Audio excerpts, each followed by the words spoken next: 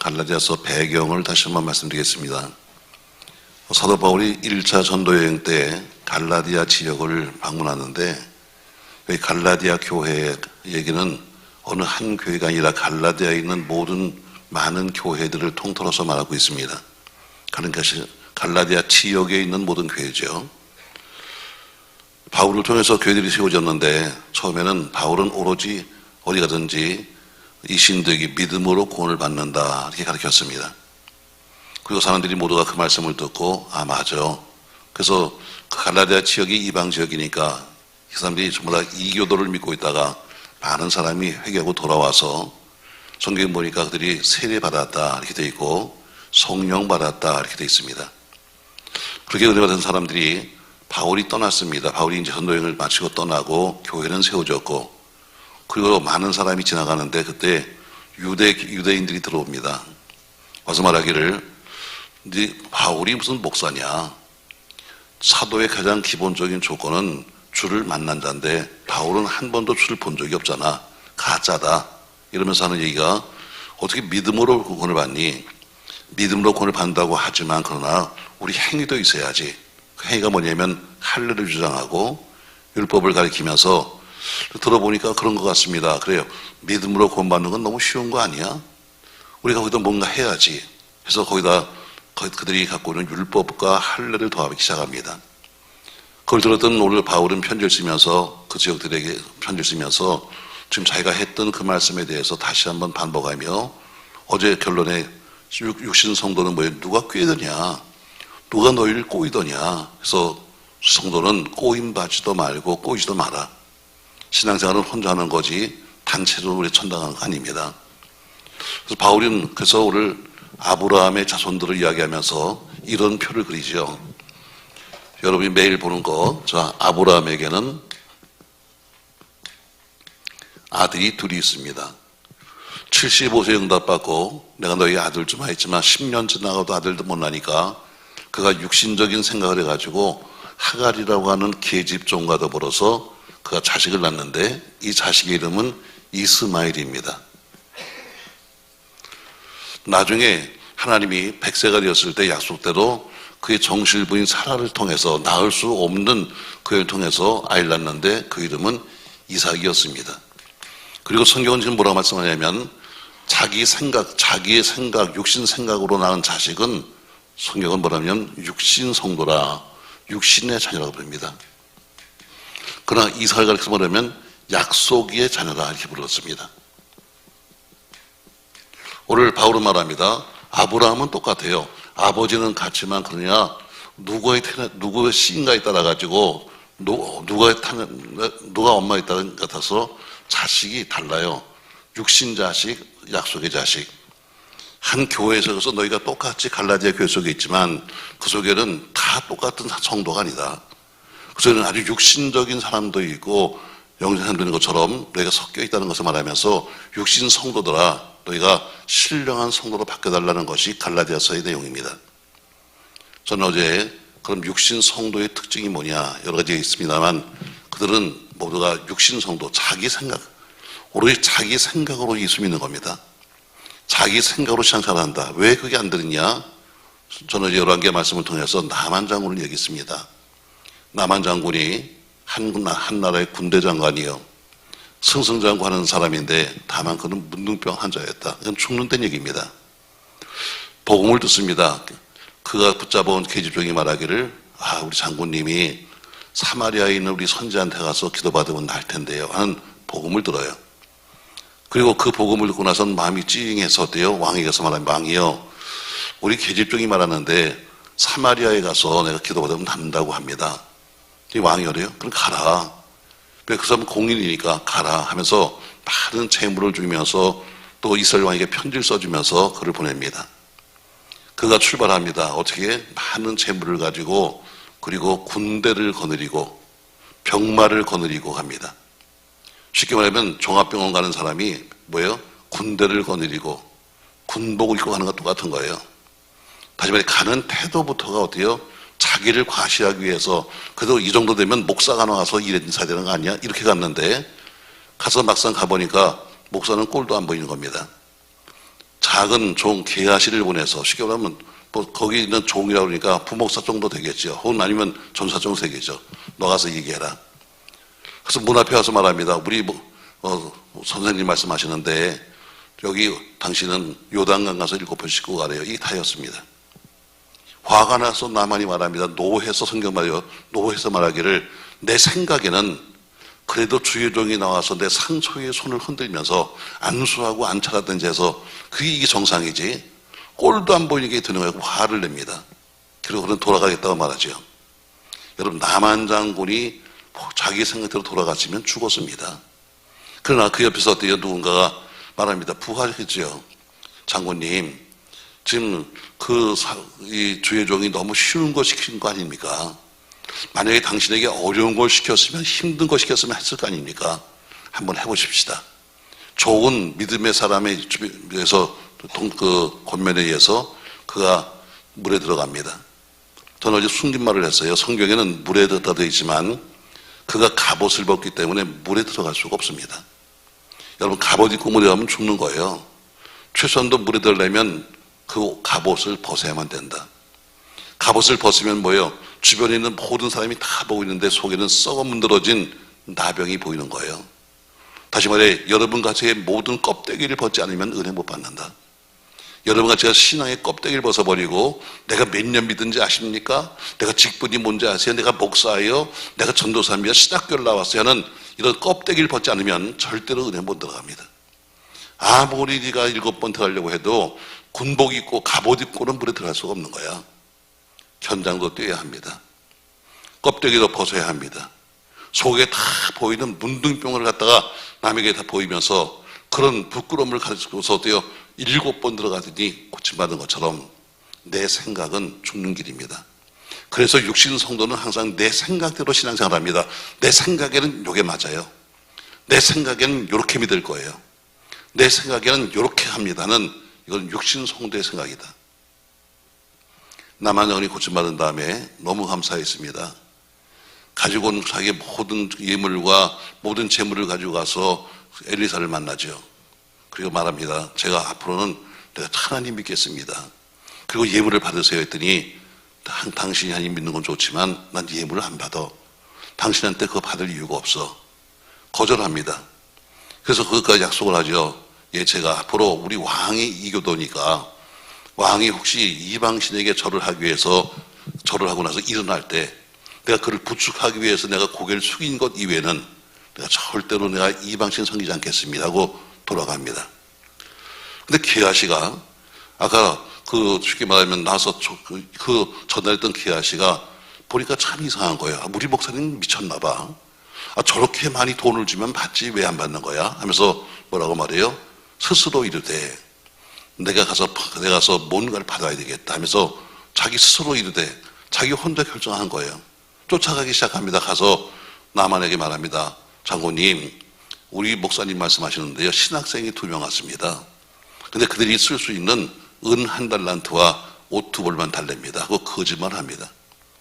나만 장군은 어때요? 그러냐고 더 가져가라고. 그래서 금을 실어주고 더 많은 걸 실어줬습니다. 갔다 그가 자기 장마에 감춰놓고 와서 그 목사를 만나죠. 엘리사를. 엘리사가 뭐라고 그래요? 바로 나만의 문둥병이 네게 갈 거다. 그는 평생 문둥병 환자 살았습니다. 이유가 뭡니까? 자기 생각입니다.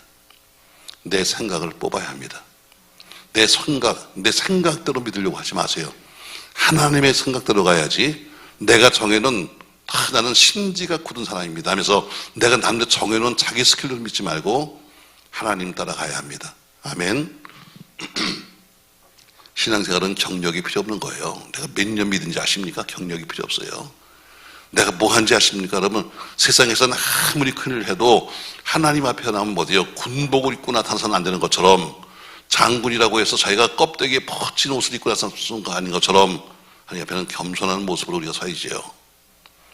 그래서 저는 어제 육신 성도의 특징이 있다. 육신 성도의 특징이 뭐냐면 자기 생각이다. 신앙생활도 자기 생각대로 하고 봉사도 자기 생각대로 하고 결론도 자기 생각대로 내리고 그리고 끝에 가면 결국엔 망한다. 육신 성도의 결론입니다. 그러나 저는 여러분 이렇게 우리가 육신 성도를 말하는 것은 육신 성도이기 때문에 우리가 신령한 성도로 바뀌자는 겁니다. 그러면 신령한 성도는 모습이 어떤가? 자, 갈라디아서 6장을 봅시다, 여러분. 오늘 항상 삶으로 보이는 거예요. 자, 6장 1절부터 10절까지 말씀 보시다, 여러분. 309면 갈라디아서 6장 1절부터 10절까지입니다. 자, 말씀 같이 교독합니다. 1절 제가 읽습니다. 형제들아, 사람이 만일 무슨 범죄한 일이 드러나거든 신령한 너희는 오류한 심령으로 그러한 자를 바로잡고 너 자신을 살펴보아 너도 시험을 받을까 두려워하라.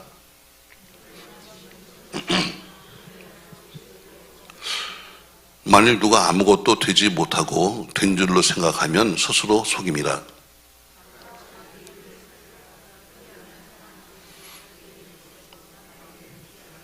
각각 자기의 짐을 질 것이라.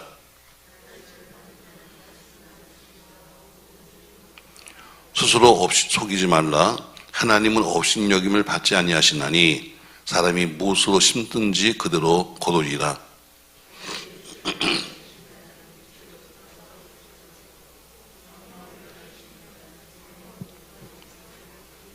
우리가 선을 행하되 낙심하지 말지니 포기하지 아니하면 때가 이름에 거두리라. 더욱 믿음의 가정들에게 할지니라. 아멘. 우리가 6절부터 10절까지 말씀은 제가 지난 주일날 설교했던 내용입니다. 자, 오늘 6장에 보니까 마지막 결론을 내리면서 그러면 신령한 너희는, 다시 말해 이삭의 후손들은, 믿음으로 사는 사람들은 어떤 삶을 살릴 것이냐 말하면서 이렇게 말씀하고 있어요. 1절 형제들아, 사람이 만일 무슨 범죄한 일이 일어나거든, 교회 속에 누군가 실수할 수 있죠. 누가 잘못할 수 있습니다. 오늘 그 얘기하는 거예요. 왜? 갈라디아 교회 내부적으로 보면 유대교에 의해서, 유대인들에 의해서 지금 신앙이 흔들린 사람도 있고 떠난 사람도 있고 여러 사람이 있습니다. 그러니까 오늘 그들에게 말하기를, 형제들아, 사람이 만일 무슨 범죄이 드러나거든 신령한 너희는 온유한 심령으로 그들한 자를 뭐하고? 바로 잡아줘라. 우리가 신령한 성도는 어떤 삶을 사는가? 누군가 범죄하거나 누군가 잘못하거나 누가 신앙생활을 제대로 못하면 온유한 심령으로 그들을 바로 잡아준다. 무슨 심령으로? 온유한 심령으로. 뒤에 앉아가지고 저 사람 틀렸어, 맞았어 하면서 여러분 갈가내는 것이 아니라, 너희는 신령한 성도니까 너희는 그들을 불쌍한 마음으로, 온유한 마음으로 그들을 바로잡아줘라. 온유한 마음, 매우 중요한 거죠, 여러분. 어디에 누가 하나 뭐 실수했다, 잘못했다 그러면 어때요? 작사를 내잖아. 이게 바로 이게 교회입니다. 뭐 하나 잘못하면 그냥 아주 물어뜯고 하는데, 그게 아니라 네가 진짜 성도라면, 네가 신령한 성도라면 그들을 네가 온유한 마음으로 바로 잡아줘라. 뒤에서 이상한 말 하지 말고, 여러분 과거에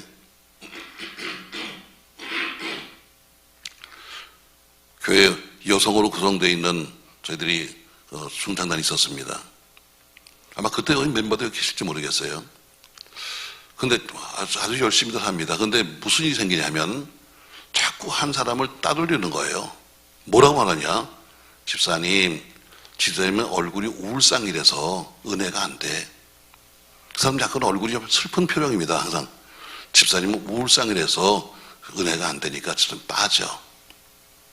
여러분, 남이야 우울상이든 우울상이든 그게 무슨 문제야? 결국은 그것 때문에 어때요? 결국 난리가 났습니다. 왜? 본인이 얼마나 큰 상처겠어요, 여러분. 그 사람이 어떤 삶을 사는지는 모르겠습니다만, 그러나 집사님 얼굴이 우울상이 돼가지고 남들이 볼 때 은혜가 안 되니까 그래서 빠져줬으면 좋겠어. 여러분, 이게 될 말이요? 안 되죠, 여러분. 아무리 울고 산다 할지라도 그런 얘기하면 안 되는 거지, 교회에서. 우리는 어때요? 이 교회는 신분이 없습니다. 잘 사나 못 사나 배우나 못 배우나 다 똑같은 사람들이에요. 다 이렇게 한 영혼이니까. 근데 당신은, 쉽게 말하면 당신은 가난하니까 이 교회 나오지 마. 이게 똑같은 얘기예요. 당신은 얼굴이 우울상이니까 앞에 서서 찬양하면 안 돼. 이 얘기입니다. 여러분, 아니요. 이건 아주 독한 말입니다. 얼마나 상처가 되겠어요. 오늘 본문처럼 어때요? 네가 진짜 성도라면 누가 잘못하거나 어려움이 있을 때마다 가서 온유한 심령으로. 아멘. 바로 그게 성도의 모습입니다. 뒤에서 그냥 뒷담화 치지 말고 온유한 심령을 바라잡아라. 그러나 그들은 온유한 심령을 바라잡아주되 너는 이렇게 말합니다. 너희는 온유한 심령으로 그런 자를 바라잡되고 너 자신을 살펴봐야 한다. 그 상대방에 대해서는 온유하게 대하지만 그러나 그 모습 바라면서 너는 너에게 철저해야 돼. 저렇게 살면 안 되는 거구나. 저렇게 믿으면 안 되는 거구나. 남에게는 온유하지만 그러나 자기 자신에게는 어때요? 철저해야 한다. 아멘. 우린 거꾸로요. 남에게는 철저하고 자기한테는 온유해. 어떤 구역에서 말이죠. 서로가 같이 작정을 했어요. 우리 이번에 있잖아. 우리 새벽 기도 한 일주일 작정해서 하자 하고 했어요. 그런데 어떻게 첫날 누가 빠졌는가? 첫날 한 새신자가 빠졌어요. 그랬더니 믿음 없는 사람 말이야. 그것도 못 나왔다고 그랬어요. 도대체 나는 구역장에 빠졌어요. 여러분 남들이 웃을 거 아니에요. 세상에 어저께는 못 나왔다고 해서 그렇게 소리쳤는데 지가 못 나왔으니까. 뭐라는지 아세요? 사랑하는 자에겐 잠을 준대. 남이 하면 안 되고 내가 하면 사랑받아서 잠을 잔다는 거예요. 여러분 이런 신앙생활 하면 안 되죠. 오늘 뭐라고 말합니까? 여러분 네가 진짜 신령한 성도라면 남의 잘못은 온유한 마음으로 가서 바로잡아줘. 그 대신에 그것을 바라보면서 너 자신은 철저하게 나도 이렇게 될까 봐 두려워야 돼. 남이 사업하다 힘들어요. 남의 가정이 어렵습니다. 그러다가 뒤에 다니면서 저 집이 어땠대 이렇게 말하지 말고 혹시나 나도 그렇게 되지 않을까 하면서 두려워하는 이야기입니다. 아멘. 그게 바로 온유한 심령으로 바로 신령한 성도라면 어떤 사람이요 무슨 일 하든 간에 항상 온유한 마음으로 대해라. 그러나 너는 철저하게 네 자신은 철저해라. 남에게는 온유하게 자기에게는 어떻게 하게? 철저하게. 우리는 반대잖아. 남에게는 철저하게 나에게는 온유하게. 이걸 바꿔야 돼요. 그게 바로 은혜 받은 성도의 살아가는 삶이에요. 오늘 이렇게 말하죠. 형제들아 사람이 무슨 범죄한 일이 드러나거든 신령한 너희는 온유한 심령으로 그런 자를 바로잡았다 했어요. 쉽게 말하면 바로잡는데도 다 여러분 방법이 있는 거죠. 여기 나무 의자가 부러졌어요. 그 나무 의자가 망가지면 누가 제일 잘 고쳐요? 목수가 제일 잘 고쳐요. 다리가 부러졌어요. 여러분 다리가 부러지면 어디 가야 돼요? 의사한테 가야 되는 거예요. 거물이 찢어지면 어부가 고치는 거예요. 여러분 심령이 잘못된 것은 목사가 고치는 거예요. 교인이 고치는 거 아니에요. 교인 아니면서 저 집이 어떻고 교인인 것이 아니라 여러분 심령이 잘못된 것은 부러진 것은 목사가 고치는 거야. 나에 대해서는 철저한 사람이 되라. 그런 남에게는 온유한 사람이 되라. 이 바로 신령한 성도의 모습입니다. 절대로 자기에 대해서 관대하지 마십시오. 자기에 대해서. 우리 목사에게는요. 제가 새벽에 나와야 되는데 때로는 깜빡하고 못 나올 때도 있겠죠. 제 전도사 때 전도사가 사택을 주는 게 아니라 좀 멀습니다. 삽니다. 아침이 되면 차가 없으니까 자전거를 타고 이제 나가요. 근데 우리 집이 저 산 언덕이었었어요. 자전거를 타고 오면 그냥 쌩 하고 내려가면 전주 그 중앙동까지 그냥 들어갑니다. 근데 오늘 자다가 깜빡했는데 시간이 늦은 거예요. 이러면 내가 너무 미운 거야. 적어도 이런 마음이 있어요. 적어도 내가 너무 미워해. 내가 그래도 목회자인데 새벽 예배도 못 나고 자빠져 잤다. 내가 너무 미운 거여서 허둥지둥 하다 보니까 또 안경을 또 밟았네. 나 좀 앙성에 안경 밟으면 어떻게 가요? 허둥지둥 되면서 여러분 최소한도 그런 마음은 가져야지. 목회자가 어때요? 새벽기도 빠지고 나서는 그럴 수도 있지 뭐 다 누구도 빠지는데 이건 안 되는 거예요. 남은 그럴 수 있어. 그러나 나는 안 돼. 왜? 자기마다 목회자와 장로와 안수집사와 권사와 집사가 다른 게 뭐예요? 그게 바로 신의 경륜이에요. 완전히 직분이 다른 거예요. 그러면 최소한도 내 직이 그렇다면 그게 내 직업이고 그게 내 일이라면 당연히 해야 되는 거지. 그래, 건너 빠지는 것처럼 아니, 그건 잘못 믿고 잘못 사는 거예요. 그러면 결국에는 어때요? 그의 삶은 무너지고 마는 거예요. 자기에게는 어떻게 해라? 철저해라. 왜 아멘을 전혀 안 해? 집에 오늘 어디 안 갈 거예요? 남에게는 관대해라. 나에게는 뭐해라? 철저해라. 자, 두 번째 보니까 신령한 성도는 두 번째 모습이 나오고 있습니다. 자, 2절 말씀 보세요. 너희가 짐을 서로 지라. 그리하여 그리스도의 법을 성취하라. 만일 누가 아무것도 되지 못하고 된 줄로 생각하면 스스로 속임이라. 각각 자기의 일을 살피라. 그리하면 사랑할 것이 자기에게는 있어도 남에게는 있지 아니하니니 각각 자기 짐을 질 것이라. 이상한 말이 나와요, 여러분. 자, 2절에 보면 너희가 짐을 서로 지라 이렇게 말합니다. 근데 5절에 가면 또 뭐라고 그래요? 각각 자기 짐을 지라. 아니, 무슨 얘기야? 똑같은 얘기를 갖다 반대로 하고 있네. 자, 무슨 얘기입니까, 여러분? 너희가 짐을 서로 지라. 여러분, 내 짐은 내가 지는 게 맞아요. 내 짐은 내가 져야죠. 근데 내 짐은 내가 져야 하지만, 그러나 그 짐이 너무 무거워서 사람마다 역량이 다르잖아요. 어떤 사람은 뭐 쌀 한 마를 한 가마 탁탁 드는 사람도 있는가 하면 쌀 한 말도 못 드는 사람이 있을 수 있잖아요. 그러니까 내 짐은 내가 지는데, 내 짐은 내가 지는데, 내가 여력이 남으면 남의 짐도 함께 서로 져주라는 이야기입니다. 이해되세요, 여러분? 이 말은 반대말이 아니라 내 짐은 내가 지는 게 맞아. 그러나 내 힘이 남았어. 그럼 어디요? 그 짐을 못 지고 있는 사람들의 짐도 서로 나누어지는 것이 맞다. 이게 신령한 성도다.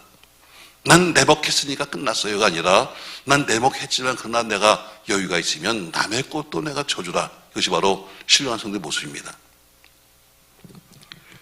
내 짐은 내가 집니다. 여러분, 근데 짐 진다는 게 무겁잖아요. 그러니까 내가 사실 내 짐 짓는 것도 힘들어요. 그래서 짐을 누가 지냐? 주님과 함께 짓는 거예요.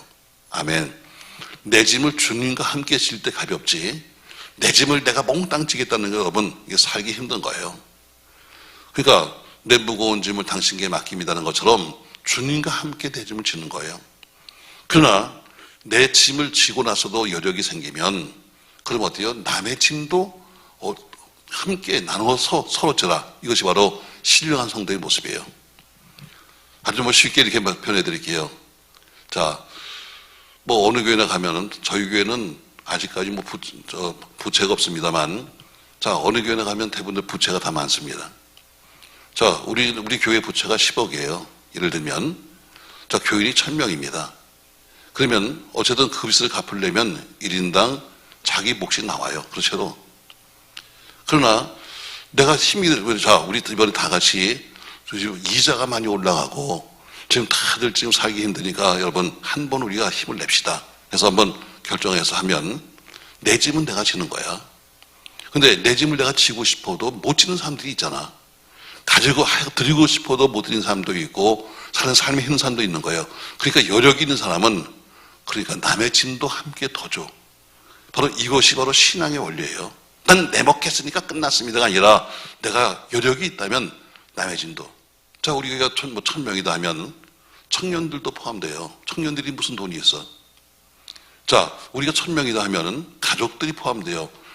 보통 한 가족 단위를 믿잖아요. 그러니까 청년들이 못하는 거 어른들이 해주는 거예요. 그래서 교회성이 세운 게 장로님, 안수집사님, 권사님이에요. 당신들은 짐을 지되 더 많이 져주세요. 똑같은 짐을 지지만 그러나 장로님이니까 장로님은 더 큰 짐을 져주세요. 이게 장로의 세워진 목적이에요. 교회에서 폼 잡고 어깨에다 힘주라고 세우는 장로가 아니라 장로님이 교회 속에 더 많은 짐을 져주세요 하고 맡기는 게 장로님이고, 안수집사님은 그만큼은 안 되지 할지라도 그래도 이만큼 짐을 져주세요 하면서 사역에 또 여러 가지의 일을 갖다 맡기는 것이 바로 그 직분을 주는 거예요. 그냥 당신은 30년 다녔으니까 권사하세요. 이게 아니에요. 50년을 다녀도 안 될 사람은 안 되는 거예요. 왜? 자기 짐 한 번도 안 짓는데 어떻게 뭘 맡겨요? 자기 짐을 안 지고 있는 사람에게 어떻게 그걸 맡기냐고. 그러니까 오늘 똑같은 얘기예요. 자, 내 짐은 누가 진다? 말 썼지만 대답 좀 한번 해봐요. 누가 진다? 내가 진다. 그러나 여력이 안 돼. 마음은 하지만 그러나 여력이 안 돼. 그런데 나는 여력이 남아. 그럼 어때요? 남을 때는 남의 짐도 서로 진다. 오늘 신령한 성도라면 이렇게 해야 된다. 난 내 몫을 했으니까 끝났습니까? 아니라 그래, 너가 부족하면 남이 줘주고 네가 여력이 있으면 남의 것도 서로 그래서 서로 지라고 말하죠. 바로 이것이 신령한 교회, 신령한 성도의 모습입니다. 자, 세 번째 보니까 또 이렇게 말씀하죠. 6장 6절입니다. 가르침을 받는 자는 말씀을 가르치는 자와 모든 좋은 것을 함께하라. 스스로 속이지 말라. 하나님은 업신여김을 받지 아니하시나니 사람이 무엇으로 심든지 그대로 거둔다 했습니다. 세 번째, 신령한 성도는 심는다 그래요. 심어야 한다. 어떻게 심어야 하냐? 심는 것도 원칙이 있어요. 여러분 아무 때나 여러분 심는다고 되는 게 아니라 심는 것도 잘 심어야 합니다. 잘 심어야. 심을 때 제대로 심어야 돼요. 그러니까 신앙생활은 처음부터 똑바로 배워야지, 처음부터 잘못 배우면 나중에 제대로 하기 쉽지 않아요. 처음부터 제대로 심어야 돼. 제대로 신앙생활하는 방법을 배워야 돼요. 그러니까 첫 번째 어때요? 잘 심어야 돼요. 여러분 나무를 보세요.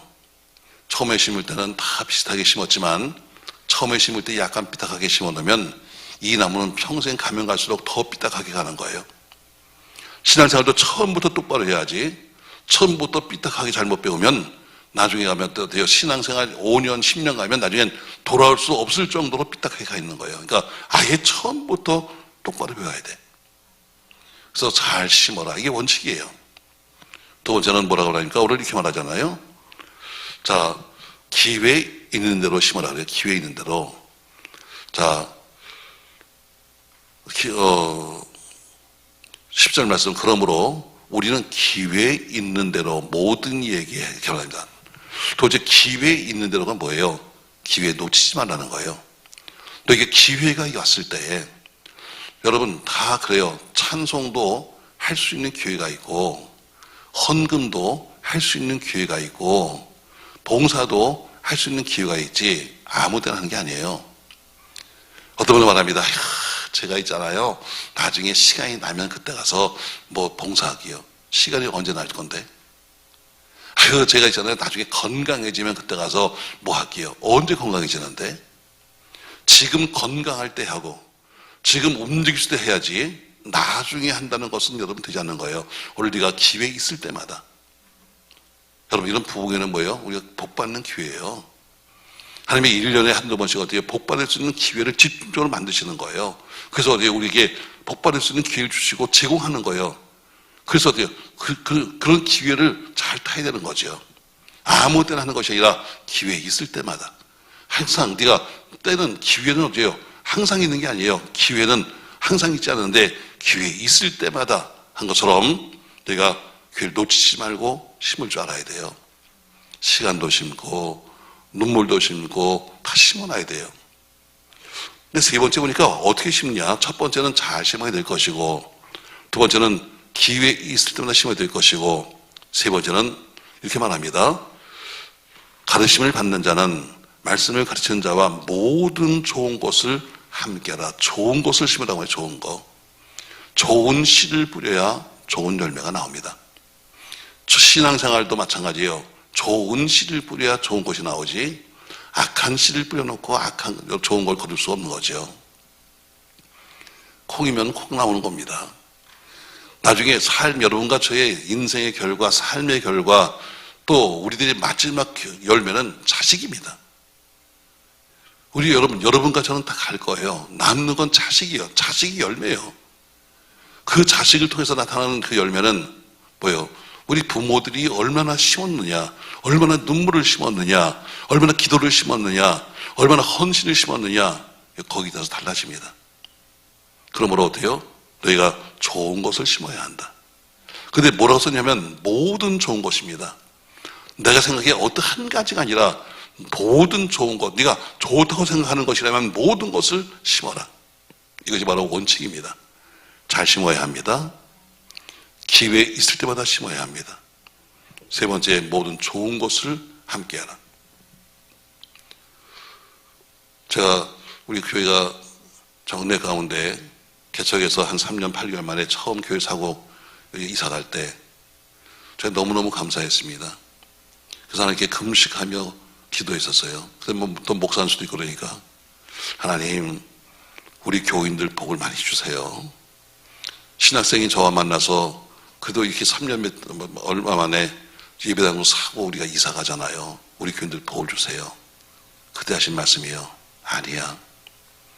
교회는 받을 복이 있지만 교인은 받을 복이 없어. 제가 하신 말씀이에요. 여러분 무슨 얘기예요? 교회는 받을 복이 있지만 교인은 받을 복이 없다. 제가 놀랐습니다. 왜요? 그랬더니 너 때문에, 나 때문에. 아니 하나님 제가 뭘 잘못했습니까? 그래서 제가 3년 8개월 동안 내가 강단에서 잠을 자면서 그래도 밤마다 교인들의 명부를 꺼내놓고 내가 기도했는데 내가 뭘 잘못했는데요? 그때 하신 말씀이에요. 교인이 뭘 심었어? 교인들이 뭘 심었니? 여러분 그때도 마찬가지로 교회는 풍성했습니다. 여러분이 다들 헌금해서 재정적으로 풍성했죠. 그러니까 더 이상 교인들한테 뭘 부탁할 게 없는 거예요. 자, 키보드가 필요해? 하나 사지 뭐. 왜 교회 돈이 있으니까. 피아노가 필요해? 하나 갖다 놓지 뭐. 교회 돈 있으니까. 교회는 하나님께 한 것이 있지만 교인은 한 게 없는 거예요. 저 그때 정말 회개하고 금식했어요. 그리고 그때부터 하는 것이 뭐냐면 주보에 싣는 거예요. 여러분 필요합니다. 키보드 한 대 필요합니다. 하다못해 여러분 전등이 필요합니다. 세세한 것까지 적는 것은 여러분에게 복받을 수 있는 기회를 내가 제공하는 거예요. 당신들이 못하면 교회가 하겠습니다. 그러나 할 수 있으면 여러분이 이 복받을 수 있는 기회를 놓치지 마십시오. 하다못해 어디요? 전도조가 필요합니다. 하다못해 냉장고가 하나 필요합니다. 이걸 쓰는 것은 여러분에게 목사가 기회를 제공하는 거예요. 과거에는 어때요? 지금도 마찬가지예요. 교회 돈이 있으니까 사다 놓으면 되는 거지. 장 목사는 참 이상해. 도대체 왜 저런 걸 쓰나 몰라. 여러분은 내용을 모르는 거예요. 제게 분명히 말씀했어요. 교회는 받을 복이 있어. 왜? 주님께 한 것이 많으니까. 그러나 교인은 받을 복이 없어. 교인은 한 게 없으니까. 그냥 남이 다 했는데 와서 어때요? 그냥 그렇게 얹혀서 하는 거지. 아무것도 한 게 없으니까 교인은 받을 복이 없다. 너 때문에. 그때도 적는 거예요. 하다못해 작은 것까지라도 교인들이 해라. 그리고 당신들이 못하면 교회가 한다. 제가 꼭 광고하잖아요. 당신이 못하면 교회가 합니다. 그러나 여러분에게 할 수 있는 기회를 좋은 게 주는 거예요. 기회를 놓치지 마세요. 하나님이 주시는 그 기회를 놓치지 말아요. 난 조금도 부끄럽지 생각합니다. 왜? 난 목사로서 성도들에게 난 복받을 수 있는 기회를 제공하는 거야. 난 자랑스럽게 말합니다. 난 제공한다. 나중에 선택은 교인들이 하는 거야. 하든지 말든지는 교인들이 하는 거고, 복을 받는 것도 교인들이 받든지 말든지 건 교인이 할 거야. 그래서 나는 가르치는 건 똑바로 가르쳐야 돼. 당신이 심으십시오. 당신들이 하십시오. 그리고 당신들이 못하면 교회가 합니다. 그래서 뭐예요?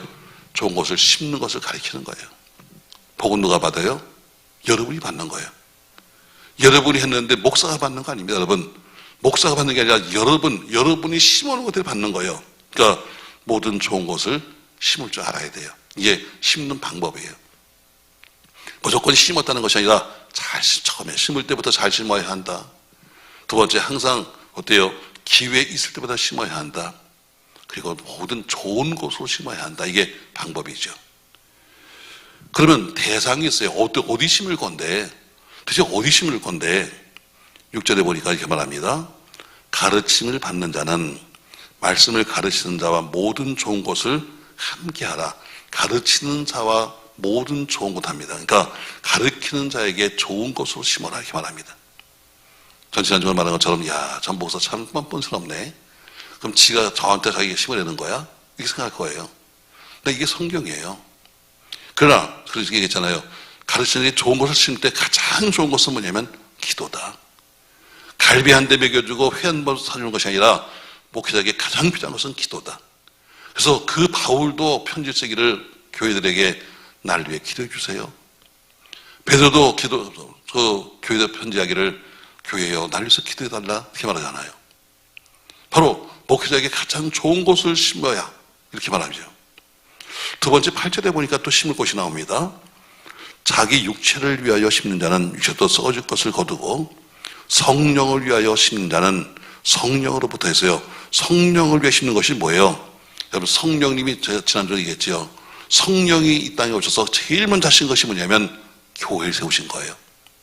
그래서 교회 창립일은 언제냐면 성령 강림일이 교회가 처음 생긴 초대교회 창립일이에요.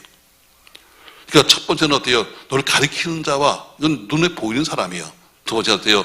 두 번째, 성령께게는 내가 섬기는 데 교회에 심어라. 이 얘기입니다. 교회. 여러분이 교회 심어 다 쏟는 것이 여러분 인간적으로 하는 것이 아닙니다. 여러분이 심는 것은 결국 어때요? 성령께 심는 겁니다. 성령께. 전혀 감동이 안 되는구나. 자, 오늘 우리가 또 어떻게 심는 거냐? 자, 잘 심는 방법이 있고, 두 번 대상이 나와요. 대상은 뭐냐면 첫 번째는 말씀을 가르치는 자와 두 번째는 성령께 이렇게 말합니다.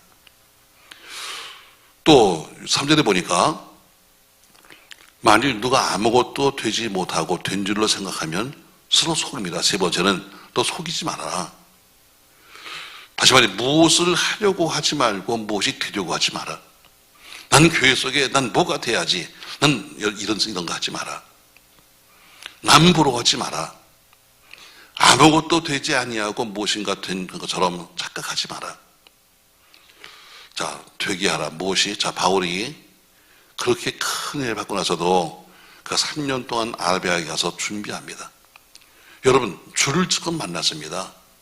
주의 음성을 들었습니다. 아마 그럼 우리 같으면 난리가 날 겁니다. 다니면서 주의가 내가 말씀하시기를 나는 이방인 사도가 됐다 이러고 다닐 텐데, 그런 뭐예요? 혈육과 만나지 아니하고 예루살렘에 가서 사도를 만나지 아니하고 아라비아 나가서 그 사막에서 3년 동안을 가서 어때요? 주님과 더불어 교제하며 스스로 준비하는 것처럼 이 일을 하는 것은 1분이지만 준비하는 것은 10년입니다. 단 1분을 일하기 위해서 10년을 준비하는 거예요. 여러분, 그만큼 준비가 필요한 거예요. 살아가는 모든 여러분이 삶이 어때요? 막상 여러분이 하고 있는 일은 짧다 할지라도 여러분 쉽게 말하면 밥을 먹어보세요. 급하게 먹는 사람은 10분이면 다 먹어. 그러나 10분 동안 밥을 먹기 위해서 어때요? 여러분 얼마나 많이 수고해. 얼마나 많은 시간이 걸려서 노력하는 거예요. 그처럼 어때요? 바울이 3년 동안 아라비아에서 준비한 것처럼 준비가 90%요. 바로 나중에 실행은 10%밖에 안 되는 거예요. 그러니까 목회도 준비가 안 되고 목회하면 실패하는 거예요. 그만큼 준비해야 되는 겁니다. 뭐 나중에 뭐 제가 목회를 하면 뭐가 되겠죠 뭐. 나중에 제가 내가 목회를 하면 새벽이면 눈 떠지겠죠. 천만에 안 떠져요. 그건 철저히 준비하지 않으면 안 되는 거예요. 목회도 마찬가지예요. 준비가 90%고 실행이 10%예요. 준비가 안 된 사람이 교회 속에 큰 임직을 맡으면 결국 교회를 망치는 거예요. 여러분 준비해야 합니다. 너 스스로 속이지 말라. 왜? 남들이 당신한테 뭐라고 와서 칭찬을 하든 내 자신을 내가 제일 잘 알잖아. 여러분 스스로 속이지 마십시오. 내가 그냥 있는 것만큼 아는 것만큼 사는 거지 거기다 얹으려고 하지 마십시오. 자, 7절에 보니까 말합니다. 서로 속이지 말라. 하나님은 업신여김을 받지 아니하시나니 삶의 무엇으로 심든지 그대로 거두리라. 자기 육체를 위하여 심는 자는 육체로부터 썩어진 것을 거두고 성령을 위하여 심는 자는 성령으로부터 영생을 거두리라. 우리가 선을 행하되야 하는데 선을 행하되는 것처럼 마지막에 이 모든 것을 신령한 성도는 행해야 합니다. 행해야 돼요. 다시 말해 행하면 믿으면 좋은 거예요. 아무리 뭘 많이 알아도 여러분 행하지 않으면 소용없어요. 알기는 잘합니다. 성경도 잘 알고 뭣도 알고 하는데 행하지 않으면 그건 뭐예요? 쓸모없는 믿음이요. 죽은 믿음이죠. 그러나 선을 행하되 조심할 게 있어요. 뭡니까 여러분? 자 9절 우리가 선을 행하되 뭐하지 마라? 낙심하지 마라. 여러분 기도는 선 중에 선이요. 여러분이 와서 그렇게 열심히 기도해도 여러분 그것이 당장 알았다 하고 하나님이 해주시나요? 아니요. 어쨌든 낙심됩니다. 제가 이렇게 기도했는데 하나님 왜 안 되는 거예요? 제가 이렇게 와서 엎드렸는데 왜 안 되는 거예요? 왜 내가 이렇게 힘든데 왜 안 되는 거예요? 여러분 많습니다. 그러나 뭐하지 마라? 낙심하지 마라. 낙심하지 마라. 기도하는 사람, 헌신하는 사람, 믿음으로 사는 사람은 가장 기본이 뭐냐면 낙심하지 말아야 합니다. 그만큼 노력하고 그만큼 헌신했으면 낙심이 더 큰 거예요. 낙심하지 마라. 뒤에 뭐예요? 포기하지 아니하면 때가 이르면 거둔다. 그러니까 때가 뭐예요? 이때는 내 때가 아니에요. 하나님의 때예요. 내 때를 정하지 마세요. 하나님 바로 지금 해주세요. 언제 해주세요. 내일 해주세요. 내 때를 정하지 마세요. 때가 되면 내가 낙심하지 아니하고 지금 네가 기다리고 있으면 하나님의 때가 되면 반드시 거둘 것이다. 아멘. 여러분 행하되 기다릴 줄 알아야 합니다. 기다리는 게 여러분과 저에게는 제일 중요한 거예요. 목회도 마찬가지로 기다리는 거예요. 목회도 참고 기다리는 거예요. 당장 뭐가 안 된다 할지라도 인내하고 또 있는 것이 목회지. 목회는 어떻게 당장 뭘 했기 때문에 뭐가 돌아오는 거 아니에요. 자, 오늘 성경 말하고 있습니다, 여러분. 자, 신령한 성도가 된다면 너희는 온유한 심령으로 바로잡아줘라. 그러나 너는 네 자신은 철저해야 한다. 두 번째, 짐을 져라. 문제를 나눠줘라. 내 짐은 내가 져라. 그리고 여력이 있으면 남의 짐도 나눠줘라. 세 번째, 잘 심어야 한다. 네 번째, 절대로 자기를 속이지 말아라. 다섯 번째, 행해야 한다. 행하되 조심할 것은 낙심하지 마라.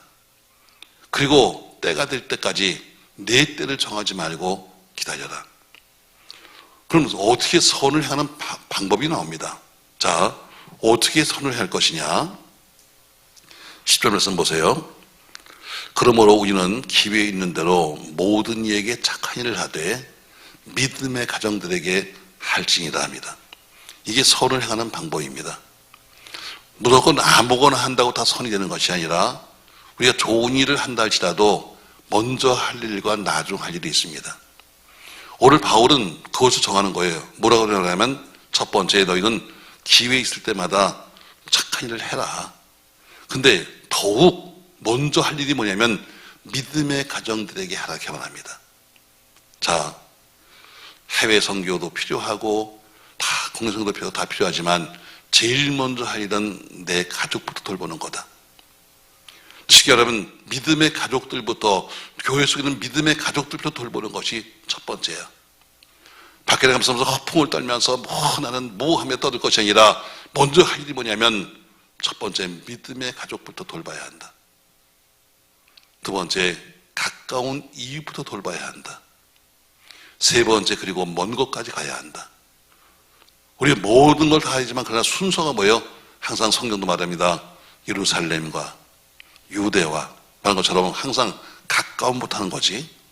처음부터 저 멀리서부터 뭐 하는 것이 아니라 항상 내 옆에 있는 사람부터 시작해서 나중엔 멀리까지 해야 한다. 이것이 성경의 원리입니다.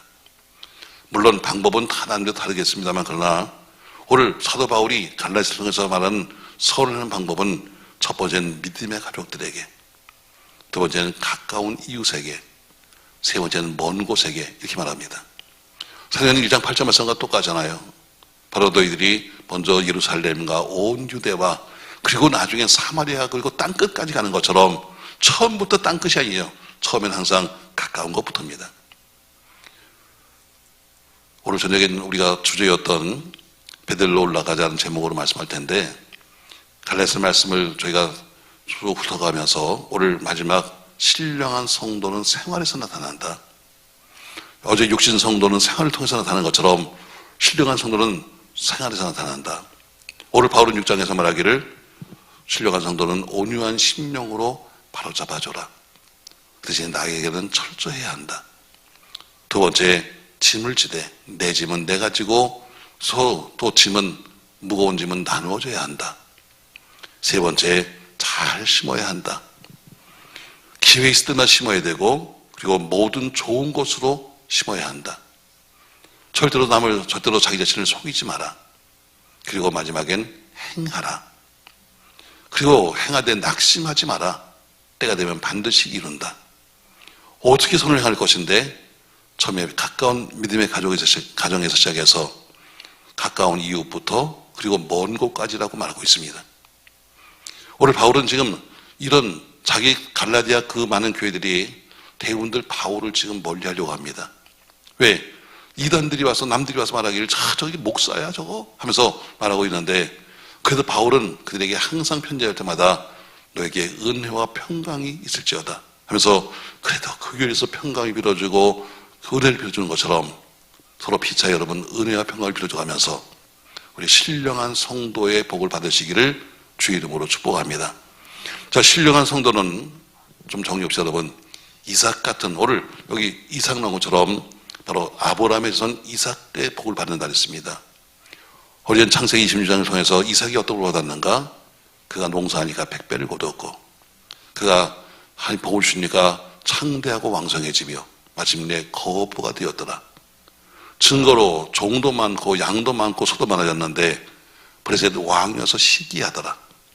그가 시기를 받으면서도 싸우지 아니하고 계속 다니면서 우물을 파는데 팔 때마다 물이 나오는데 마지막엔 샘 근원을 찾았더라. 그리고 처음에는 몰랐습니다. 하나님 왜 이렇게 내가 자꾸 도망다니는 거예요 했는데, 나중에 보니까 우물 팠던 모든 장소가 다 이삭 것이 되어서 넓은 땅이 생기고 그 땅에서 후손이 번성하리라. 여러분, 전 이 복이 여러분 복이 되기 바랍니다. 그럼 이것은 어때요? 시간이 상당히 걸려요. 근데 오늘 갈라디아 6장에 나오고 있는 신령한 성도가 되면 무슨 삶에 생기느냐? 자, 이 말씀을 끊읍시다. 갈라디아 5장 22절 말씀 보세요. 보이는 열매가 있죠. 갈라디아 5장 22절 말씀 같이 한번 읽겠습니다. 오직 성령의 열매는 사랑과 희락과 화평과 오래 참음과 자비와 양선과 충성이라. 또 온유와 절제니 이 같은 것을 금지할 법이 없느니라 해서 성령의 열매를 맺는 겁니다. 다시 말해, 오늘 우리가 신령한 성도가 되면 맺는 것은 성령의 열매. 앞에 말한 육신 성도가 되어 자기 나름대로 자기 생각대로 사는 사람에게는 뭐가 생기느냐? 자, 19절 말씀 보세요. 이게 그 사람이 맺는 열매입니다.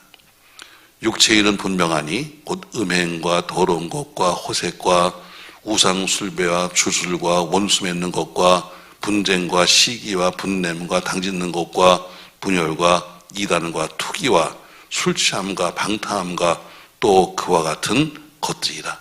이건 육신 성도가 맺는 열매입니다. 그래서 열매를 통해서 우리가 알 수 있죠. 전 여러분 암처럼 여러분이 신령한 열매 많이 맺어서 어디 가든지 남에게 존경받는 신령한 성도가 되시기를 예수님의 이름으로 축원합니다. 오늘 저녁 시간에 마지막 결론 우리 베드로 올라가자는 제목으로 말씀할 거예요. 마지막까지 오셔서 마지막 결론까지 잘 들으시고 우리 모두가 야곱의 복을 받는 은혜가 있길 주의 이름으로 축복합니다.